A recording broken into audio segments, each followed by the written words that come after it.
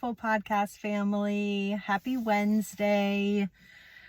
Again, I'm sitting in my car at Waylon's soccer practice, and we are just doing all the things. I'm multitasking every single day, all the time, nonstop, because that's what we do as moms, right?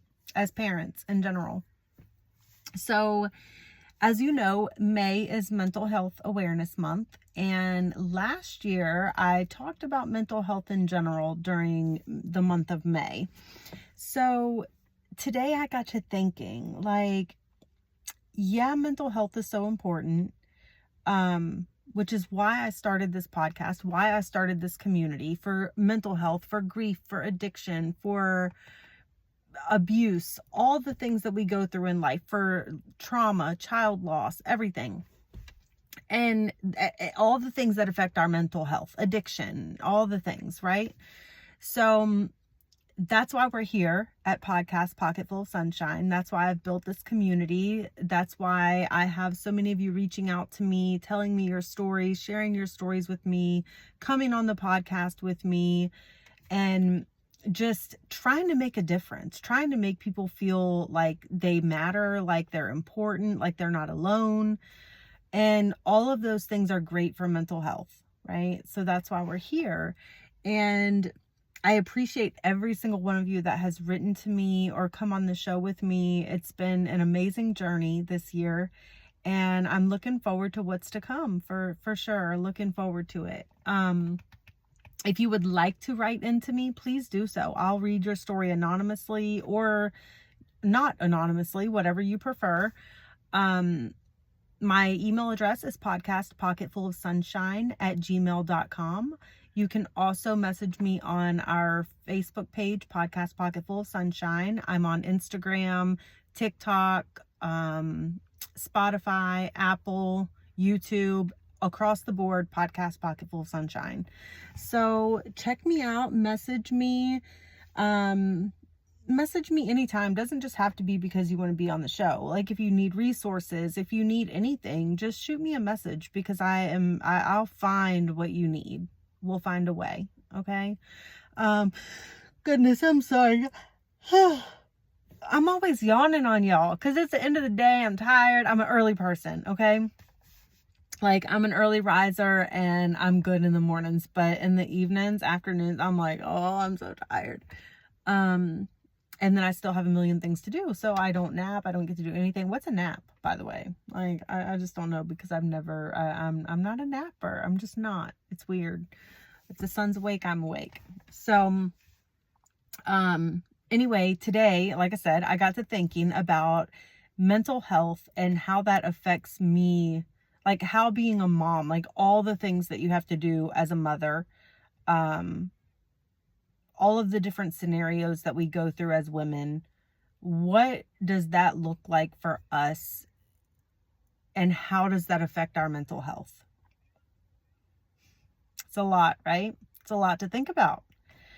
So Mother's Day is coming up. You know, we all celebrate differently. Some of us grieve. Some of us celebrate. Some of us are about to become mothers for the first time. And there's a lot of emotions surrounding that. So as a mom myself, like I celebrate Mother's Day with my kids because, you know, they want to spoil me on Mother's Day. But also this year is really different for us because, or of course, you know, last year as well. But this is my second Mother's Day now without Hayden here. And it's a weird feeling as a mom, and you mothers that have lost grown children or young children or had a stillborn or, you know, lost a child in any way, shape, or form. You'll understand what I'm talking about right now if you have other children. So if you have other children and you're trying to celebrate motherhood, but you have a child that's not here with you and that is in heaven and they have lost their life, whether it's from cancer or the hands of someone else or addiction or abuse or anything, just a tragic accident. There's a weird feeling inside of your body when you're trying to celebrate, but at the same time you're grieving because part of the reason that you're celebrating is not here with you, was taken away from you. And it's so hard, and it messes with our mental health, because there's no crazier feeling than that feeling of joy and happiness, but at the same time inside your head there's this loud scream, agonizing scream of how much you just miss that child and want that child and wish they were here. Hang on one second, guys. My little son is coming over here to say something to me. Where's my water? Oh, there you go. Thank you. You're welcome. Love you. Love you. He forgot his water. So that's super hard to try to celebrate at the same time that your whole entire body and soul are just screaming at you in pain. It's the weirdest thing. It almost feels like an out-of-body experience. And I know that sounds crazy, but that's the only way I can describe it.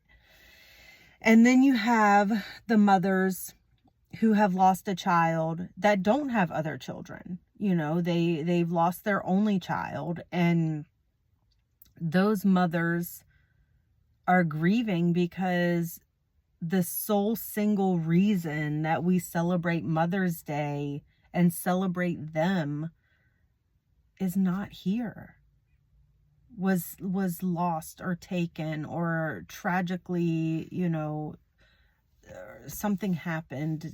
Doesn't matter what it is, why that life was lost. But I can't imagine. Like, I am so hurt and so broken because Hayden was killed, but I do still have 5 other children that I have to carry on and keep on for, right? That I have to do all the things for. 4 of my children are still young, so they need me every day for everything. And I couldn't imagine losing my only child. It's just something that the mental health part of that, I can't even begin to fathom. But I can only imagine that it is the most depressing, heart-wrenching gut punch that you'll ever experience. Having to go through all of these things that are celebrated because you're a mom, but the reason that you would celebrate is gone. That part of you is not here anymore. And then you have the mothers that have always wanted to be mothers and have tried 10 million times and have lost, every single pregnancy has ended in miscarriage. And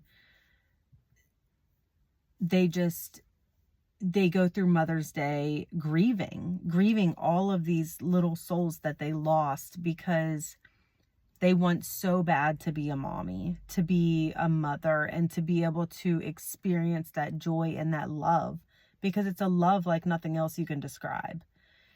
And my heart just breaks for those women because they long for this. Their soul wants this so badly, so badly.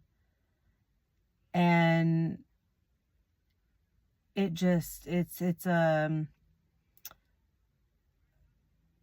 having had a miscarriage myself, I can imagine like the soul-wrenching grief of watching other people celebrate with their children and knowing that you can't, like, you don't have that opportunity because, and then that makes you feel like, look at yourself, like, am I doing something wrong? And by all no means is anyone doing anything wrong that has had a miscarriage. It's something that is out of our control. But as women, we tend to be harder on ourselves, right? Well, I should have done this. I should have done that. I could have done this differently. I could have done that differently. But in reality, we can wish and would have and should have and could have ourselves to death. But it's still not our responsibility. It's still not our fault, you know? But it's still a grief and something so heavy that we have to carry around and deal with physically, mentally, emotionally. It's just a lot. And I'm so sorry if you've ever had to experience that. And if you've ever experienced child loss in general, I'm so sorry for that. There are so many different types of child loss that I can't imagine. And I've never had to grieve. I have had to grieve my child being killed, but I've never had to grieve having a stillborn. And so when I talk about this, I think about it as my own situation, right? Like, I am so sad and angry that I'll never get to see Hayden have children. I'll never get to see her get married. I will never get to see her in a happy, healthy relationship. I'll never get to see what career path she would have chosen. I'll never get to see her be an aunt to her siblings' children, because she loved children so much. She loved babies. She just loved them, loved them, loved them. I will never see her be a godmommy to her sweet little Stella, her little namesake, Stella Brienne. There's so many things that we will miss out on with her. But I'm so grateful and thankful that we had 18 years with her. 18 whole years. I got to see her first steps. I got to hear her first words. I got to see her graduate kindergarten and 5th grade and high school, which I never ever thought would happen. I watched her transform herself into this woman that had self-confidence and knew that she could go to college and she could do whatever she wanted to and set her mind to. And then all of that was taken from her in a split second.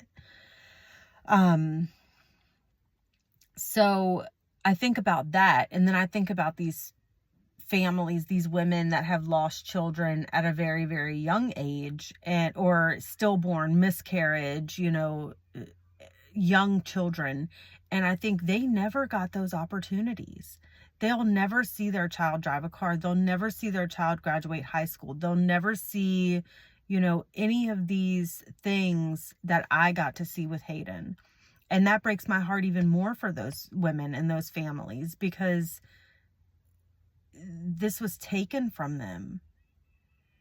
And how do we deal with that mentally as parents and then continue to get up and go on every day?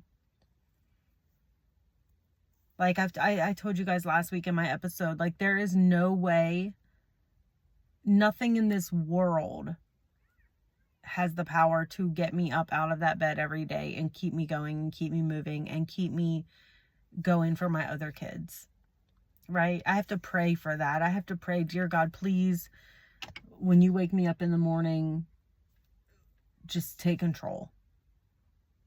Like, show me that I can do this. Show me that I can be a mom and I can get through this, and help me manage my grief until I get home.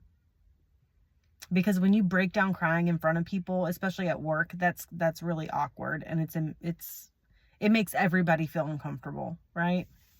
So I just pray for that, and I get this strength from the only explanation, from God, because there's no way that strength is coming from me or anything on this earth. It's a strength beyond anything that I can describe, beyond anything that I've ever imagined.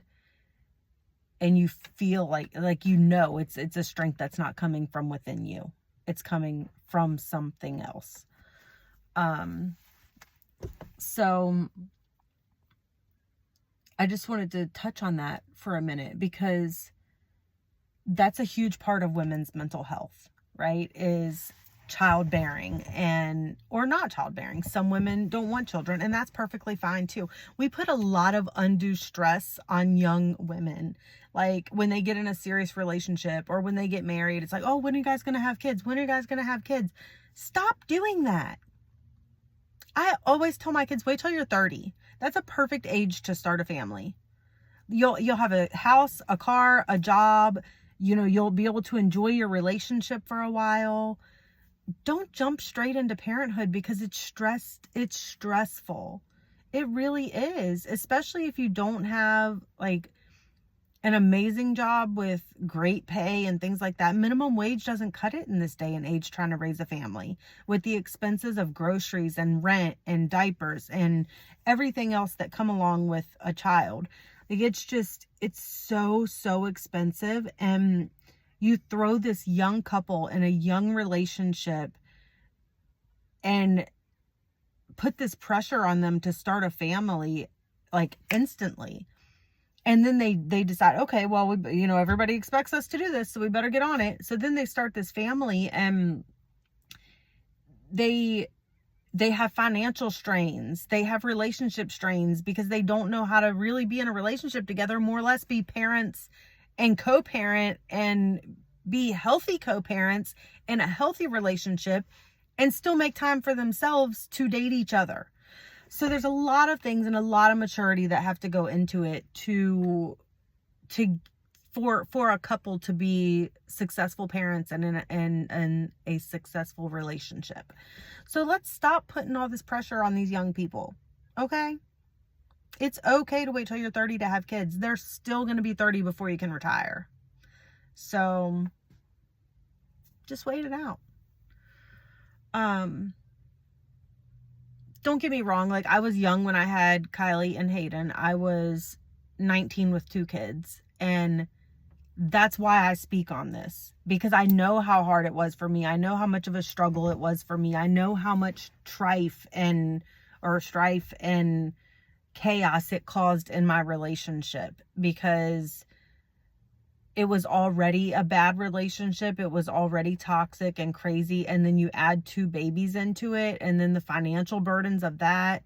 And then you have the money control, because I wasn't working. So it was like that was his control. Like, well, if you want this, you have to do, so it was no, we got to stop doing that to people, to kids, to young people. So, and then that messes with your mental health as well. Like, you're young, you're in this relationship, you start to get these complexes, like, nothing matters anymore, you don't matter, the kid's the only thing that matters, things like that. And it just causes all of these mixed emotions and this craziness. So we have to do better with that as grown folks, as people that are older and wiser and have been through things. Talk to these young couples, mentor them, let them know, like, these are the things that you might have to deal with. So before you consider this, consider A, B, and C, right? Make sure you're financially stable. Make sure you have the support you need. Make sure you have somebody to help you out so you guys can continue to have date nights. Like, just things like that, because life is not easy. Relationships are not easy, and parenting is not easy. So you got to make sure that you and your partner are on the same page across the board all the time. And then you think about all the things that we do once the kids get a little bit older, right?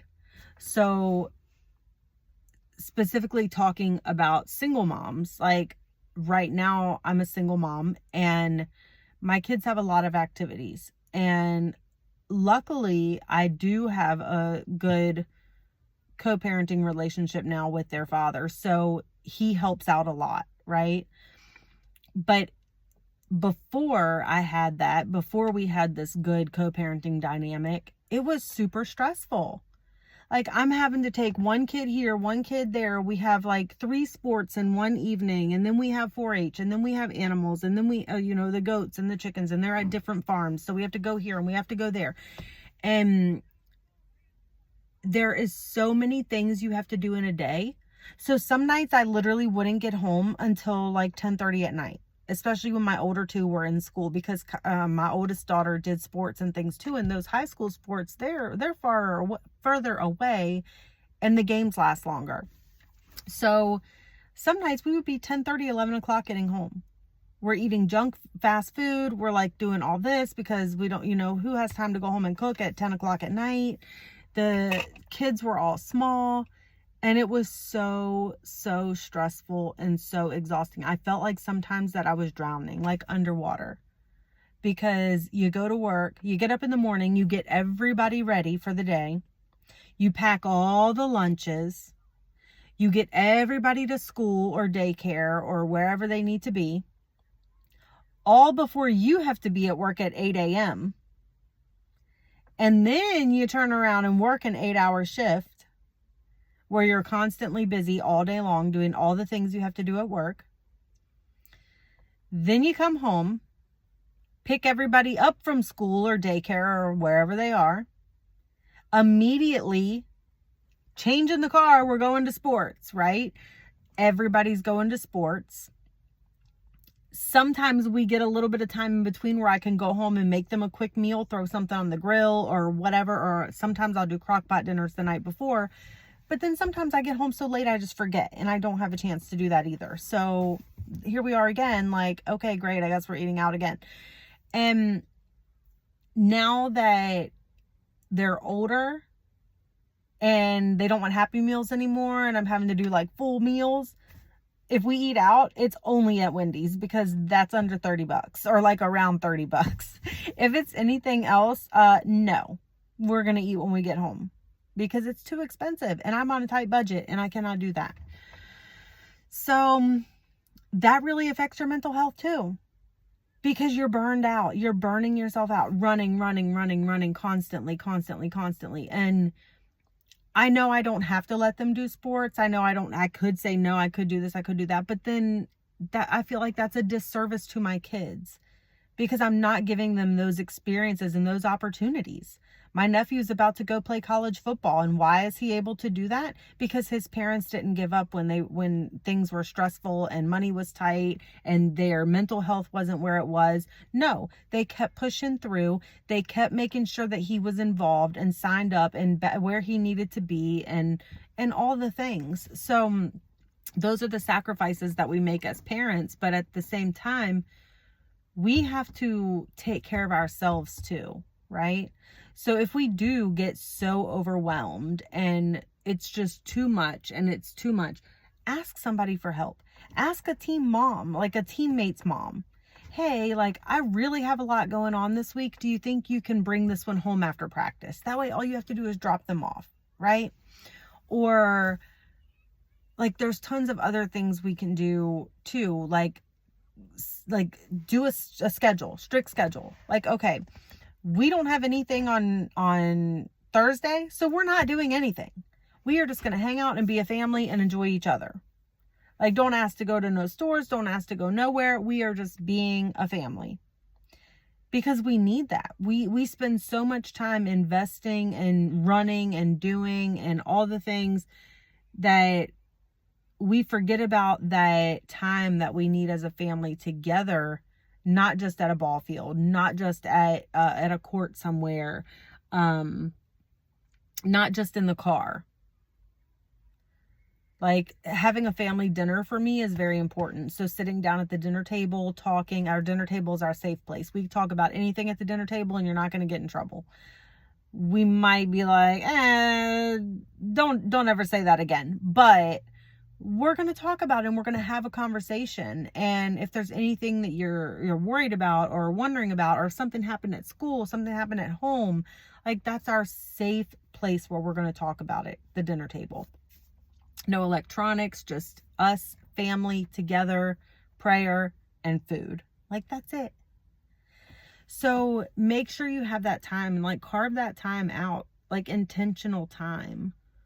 Because we're intentional with the time, getting our kids to practice on time, picking them up on time from after school activities, taking them to birthday parties on time. We're intentional with all of this stuff, but we have to be intentional with ourselves as well. So pick something that's important to you. Like for me, it's my family dinners, right? Or family time in general. So pick that time, carve it out, like family movie night, whatever it is. Take a hike together. Just do something to be together as a family without all of the chaos that we deal with every day, because it's not going to be only good for your mental health, but it's going to be good for your kids' mental health as well. And that goes back to the relationships too. Like you got to carve out time for your relationship when you're in a relationship with children, because it gets very packed full very quickly. And making that time for each other is so important so that you don't lose sight of your relationship. You don't just become mommy and daddy. Like if it wasn't you two together as a couple in a relationship, there would be no mommy and daddy, right? So carve out that time for each other. Carve out that time for your family. If you're struggling mentally, don't hold it in and bottle it up until it gets so bad that you're just in this deep, dark hole that you can't get out of. Email me. I have tons of resources. podcastpocketfulofsunshine@gmail.com. I'll give you therapy resources. I'll give you just literature resources, any kind of encouragement, whatever I have, I will provide to you. And seek therapy. Therapy is amazing. I carve out 1 hour a week for myself to where I can sit on FaceTime with my therapist and have a therapy session. And it's amazing because I not only talk about my own childhood trauma, my own current trauma, relationships, everything, but my therapist is like my safe place, right? I don't want to go vent to other people a lot of times because they have enough on their plate. Everybody's going through their own things. Like I don't want to put my problems onto somebody else. But my therapist is happy and willing to listen to my problems and help me find ways to work through them and navigate them a little bit better, right? So I highly encourage therapy. Highly encourage it. It's amazing, especially when you find it. And don't just think you have to, if you are exploring, don't just think if you're exploring therapy that the first therapist you meet is going to be your therapist, right? Because you guys might have you might not vibe, you might have different outlooks on things, you might have different ways of doing things. It just might not feel like a good fit for you, which is fine. It is fine to therapy shop. You don't have to pick one the first time the first person that you call, right? So shop around a little bit. Find what works for you. Find who feels right for you.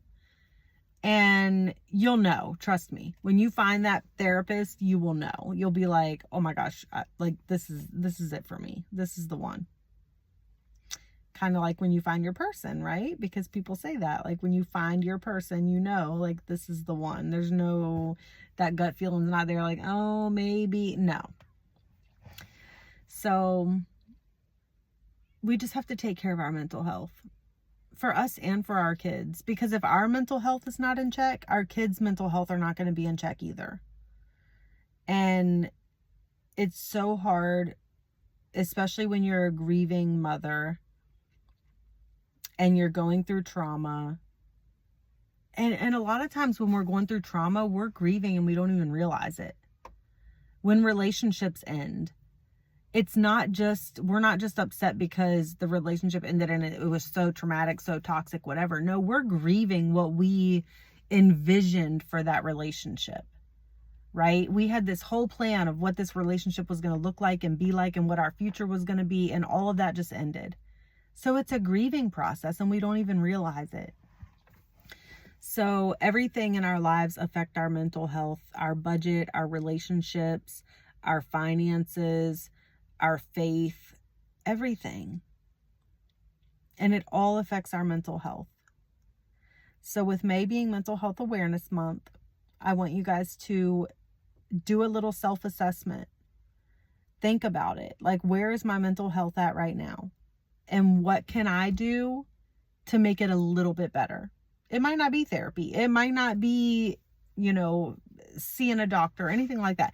Maybe it's just making more time for your family so that you have those connections back that you're missing or that you're lacking.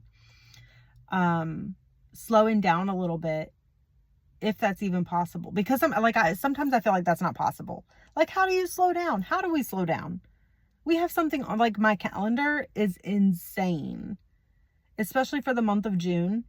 Like, it's every single day there's something, every single day. So how do we slow down? I've started trying to wake up a little bit earlier in the mornings just so that I have like time to just sit there and breathe and take it in and meditate and just have a little bit of quiet time before my day starts. And I've been trying to be intentional about doing that at night too. I'm more successful at doing that before bed than I am at waking up a little bit earlier in the morning to do that, because I'm always up so late at night. So I'm trying to find the balance, guys. Bear with me. Like, I'm trying to find it. You guys probably are too. Anyway, I have taken up enough of your time this evening. Happy May. I told you my support group information is coming out, so that'll be posted by the weekend, and we will start that next week on Wednesday. So I'm excited about that. It's not going to be a very long group. I'm not going to take up, I'll have the platform open for about 45 minutes to an hour every Wednesday. You have to have an invite to be able to join. It's not an open meeting.